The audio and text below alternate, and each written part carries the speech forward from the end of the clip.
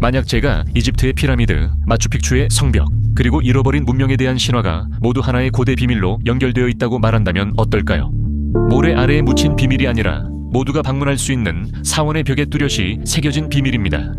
믿기 어려울지 모르지만 사실이 그렇습니다. 그리고 오늘 우리는 인류의 역사를 완전히 다시 쓸 수도 있는 암호를 해독하기 시작할 것입니다. 이 새로운 지식의 경계로 떠나는 여정에 앞서 말이죠. 아직 구독하지 않으셨다면 채널을 구독하고 알림을 설정해 주시기 바랍니다.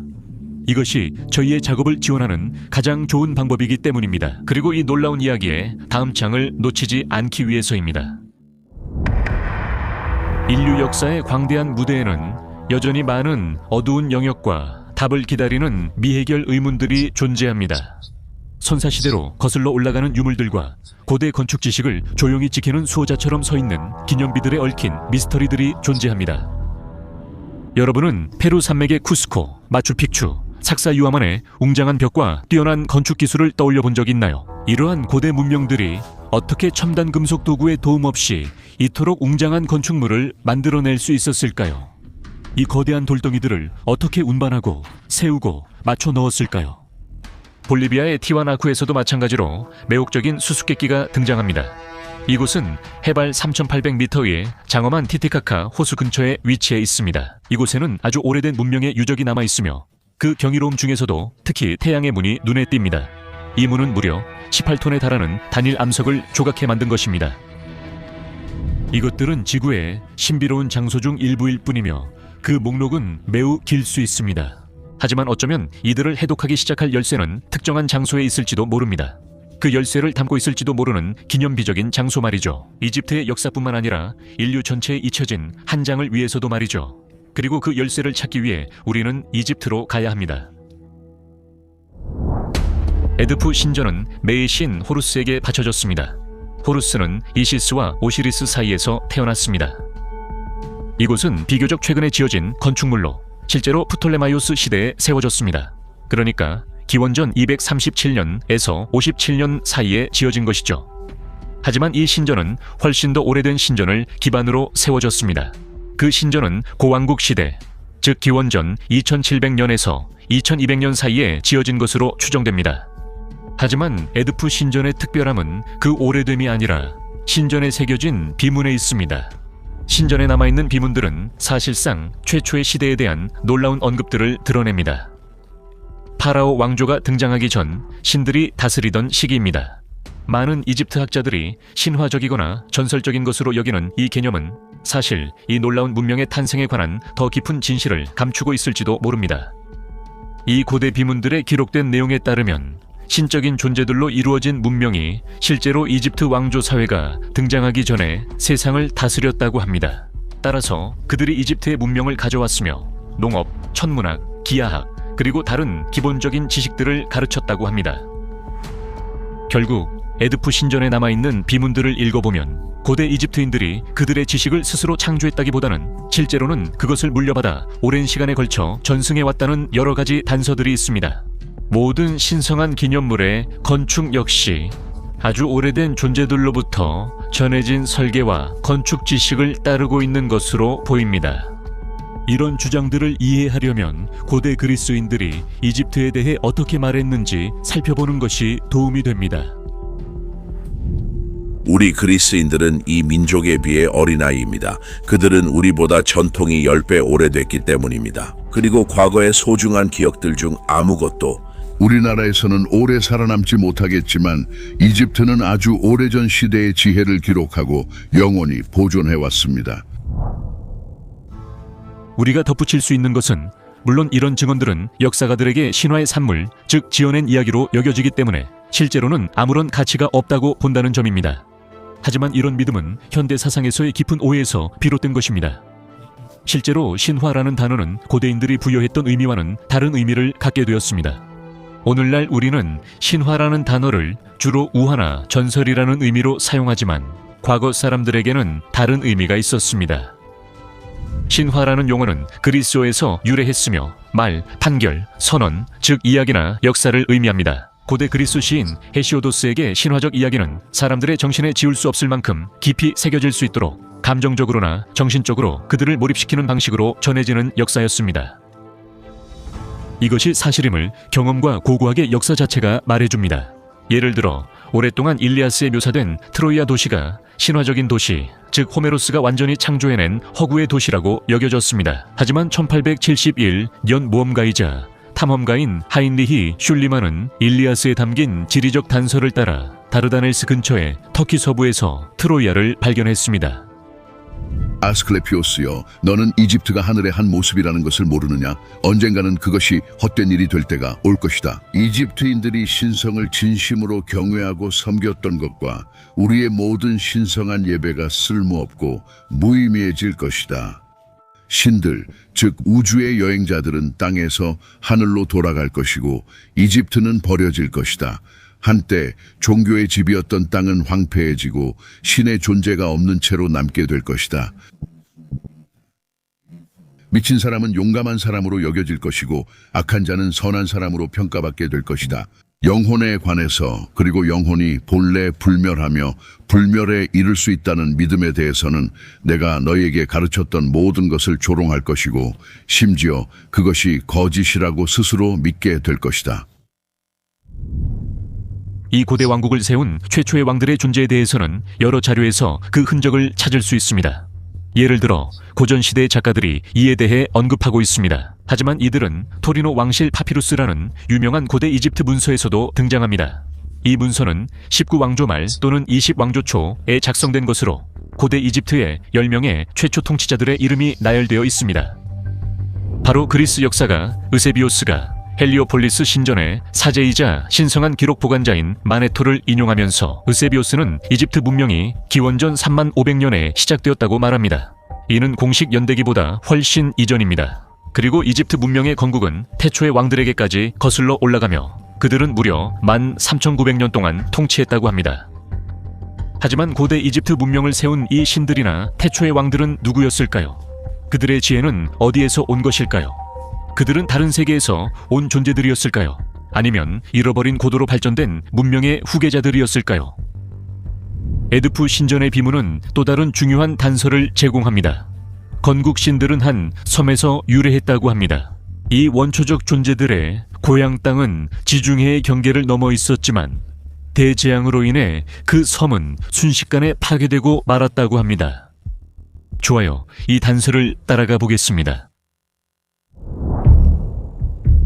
최근 연구에 따르면 12,000년에서 13,000년 전 거대한 운석이 지구에 충돌하여 그 충격으로 지구의 축이 무려 2,000km나 이동했다고 합니다. 이것은 지구 전체를 뒤흔든 진정한 대재앙이었습니다.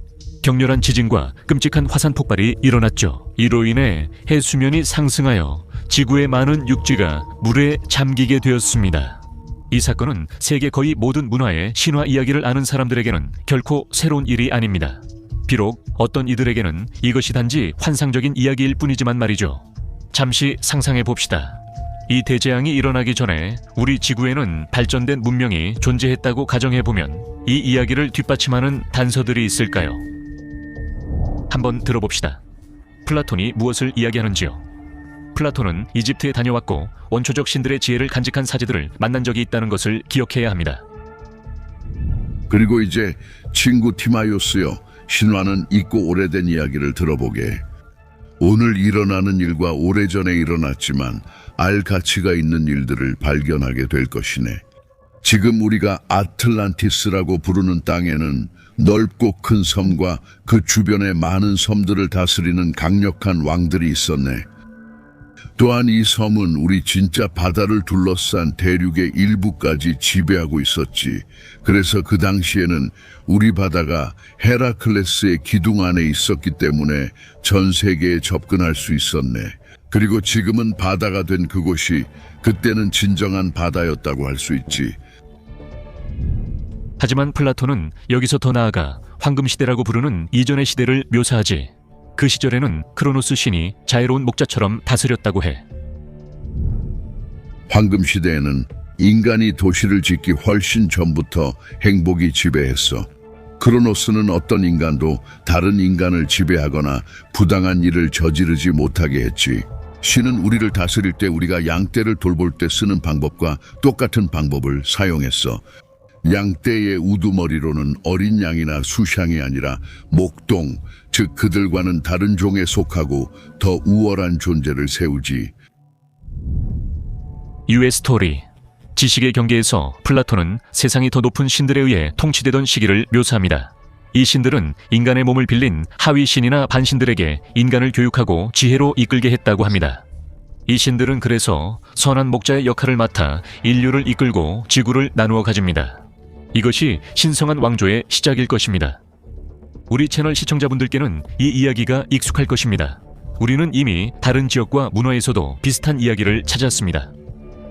이제 다시 이집트로 돌아가 신 토트의 모습을 분석해 보겠습니다. 토트는 먼 나라에서 태어난 신성한 존재로 묘사됩니다. 정확히 말하면 이집트 서쪽에 위치한 섬, 오늘날 지브롤터 해협으로 알려진 곳 너머에 있습니다. 하지만 그게 다가 아닙니다. 고대 문헌에 따르면 어느 날 태양이 어두워졌고 신들이 두려워할 정도로 매우 어두워졌습니다. 신들은 토트의 도움으로 바다를 건너 새로운 땅으로 도망쳤다고 합니다. 이 지점에서 우리는 그 섬을 떠난 신들이 아틀란티스인인지 의문이 듭니다. 아마도 거대한 운석으로 인해 엄청난 재앙이 발생해 그들의 나라가 파괴되었고 그들은 이집트로 피신했을지도 모릅니다. 어쩌면 그곳은 이전에 그들이 보호령을 세웠던 곳일 수도 있고 어떤 이유로 전 지구적 재앙에서 살아남았거나 파괴적인 영향이 덜했던 곳일 수도 있습니다. 이 모든 것이 사실이라는 증거는 없지만 우리는 이런 경우에도 단서를 찾을 수 있습니다. 우리가 본 것처럼 에드푸 신전의 비문에는 최초의 시대에 대해 언급되어 있습니다. 하지만 이집트 문명이 그렇게 오래되었다고 생각할 만한 구체적인 단서가 있을까요? 우리가 에드푸의 비문에서 해독한 내용을 바탕으로 이제 다시 기자 평원으로 돌아가서 새로운 시각으로 바라볼 수 있습니다. 대피라미드는 이집트학에서 생각하는 것보다 훨씬 더 오래되었을 가능성이 매우 높습니다. 하지만 우리가 1만 1000년 전에 대재앙이 있었다는 사실을 받아들인다면 대피라미드는 반드시 그 이후에 세워졌을 수밖에 없습니다. 왜냐하면 오늘날에도 여전히 완벽하게 방위에 맞춰 정렬되어 있기 때문입니다. 만약 그 이전에 지어졌다면 지구 자전축 이동으로 위치가 달라져 이런 정렬은 불가능했을 것입니다. 하지만 피라미드만이 기자 평원에서 흥미로운 유적은 아닙니다. 의심의 여지 없이 이 장소의 고대성을 증명할 수 있는 사례가 적어도 하나는 존재합니다. 스핑크스. 우리가 알고 있는 것은 스핑크스가 대피라미드보다 더 오래되었다는 사실입니다. 일부 연구에 따르면 그 나이는 에드푸에서 언급된 최초 시기와 일치할 수 있습니다. 1990년대에 지질학자 로버트 쇼크는 스핑크스가 최소 1만 년 이상 되었음을 충분히 입증했습니다. 조각상 몸체에 남아있는 침식 흔적은 분명히 강한 강우나 홍수와 같은 사건에 노출되었음을 보여줍니다. 이러한 현상은 최소 1만 년 전, 즉 기자 평원이 건조한 사막으로 변하기 이전에 일어났을 수밖에 없습니다. 따라서 스핑크스는 일반적으로 생각하는 것보다 훨씬 더 오래됐으며 1만 1000년 전 대재앙 이전에 만들어졌을 수도 있습니다. 여기에 더해 기자 유적지에서 또 하나 중요한 점을 추가해야 합니다. 피라미드보다 훨씬 오래된 기초 구조물과 준비 작업의 흔적들이 발견되고 있습니다. 이 구조물들은 매우 흥미로운데 사원에 남아있는 비문에서 알 수 있듯이 고대 이집트인들은 신들이 고안한 매우 정교한 건축 계획을 세우고 이를 매우 엄격하게 따랐기 때문입니다. 이 계획은 너무나 정밀하고 세밀해서 마치 새로운 것을 건설하는 것이 아니라 고대 유적지를 재건하는 것처럼 보입니다. 이러한 주장을 뒷받침하듯 이집트에 알려진 구조물들 아래에는 오랫동안 그 존재가 의심되어 온 장소와 방들이 존재하는 것으로 보입니다. 하지만 이상하게도 그에 대해 정확한 조사가 이루어진 적은 없습니다. 곧 새로운 영상에서 이 주제를 다시 다룰 예정이며 이는 이집트 모래 아래 숨겨진 것들의 중요성을 알리기 위함입니다. 헤로도토스가 피라미드보다도 더 웅장하다고 묘사한 모에리스의 미로 사례만 언급해도 충분합니다. 이 미로는 3000개가 넘는 방으로 이루어져 있다고 하며 그리스 작가들의 증언에 따르면 지하 방들에는 태초의 신들의 유해와 이집트 민족의 모든 지혜가 유래한 원본 문서들이 보관되어 있을 수도 있다고 합니다. 이제 우리가 알고 있는 문명들보다 앞선 진보된 문명이 실제로 존재했다고 가정한다면 많은 퍼즐 조각들이 제자리를 찾는 것처럼 보입니다. 고베클리 테페나 군웅 파당과 같은 발견들은 더 이상 설명할 수 없는 이상 현상처럼 보이지 않으며 쿠스코, 마추픽추, 티아후아나코의 유적들도 마찬가지입니다. 신성한 존재들이 인간으로 환생하여 인류의 길잡이가 되었다는 이야기도 있습니다. 이집트에서는 오시리스, 크레타에서는 즈스로부터 법을 받은 미노스, 야훼로부터 법을 받은 모세, 그리고 잉카 문명의 비라코차에서도 이러한 이야기를 찾을 수 있습니다. 이것은 몇 가지 예일 뿐이며 목록은 훨씬 더 길 수 있습니다. 이러한 고대 기록들에서 우리가 발견하는 것은 단순한 신화와 전설일 뿐일까요?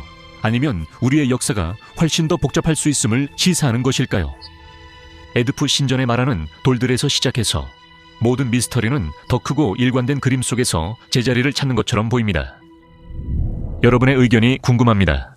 댓글로 생각을 남겨주세요. 곧 이 주제로 다시 찾아뵙겠습니다. 아직 할 이야기가 많습니다. 그리고 영상이 마음에 드셨다면 저희 채널을 구독해서 저희의 활동을 응원해 주시는 것도 잊지 마세요.